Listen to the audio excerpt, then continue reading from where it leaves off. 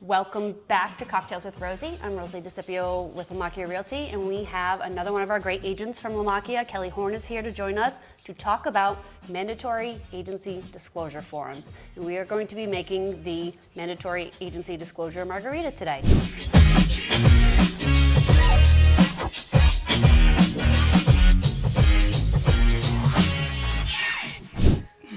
Welcome back to Cocktails with Rosie. I'm Rosie DeCipio with Lamacchia Realty, and today we have another one of our great agents from Lamacchia. Kelly Horn is here to join us, and she's going to be helping us make and talk about mandatory agency disclosure margaritas.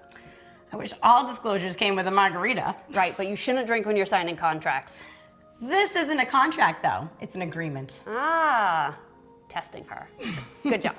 So most states have a mandatory agency disclosure, which is not a contract. Not a contract. No. Not a contract at all. It is basically a disclosure, a statement, an acknowledgement that the agent is there telling you what capacity they are there at. So a buyer's agent does what?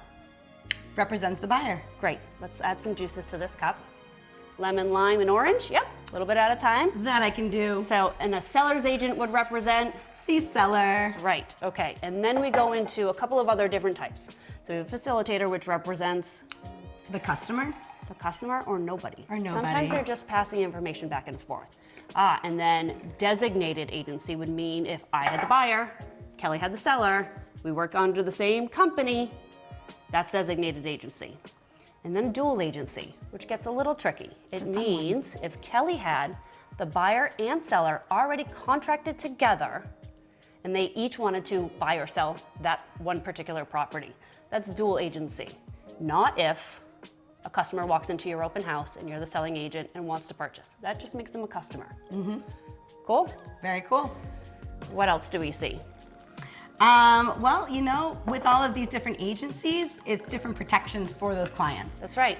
It's the importance of, you know, what you're agreeing to, I guess you could say.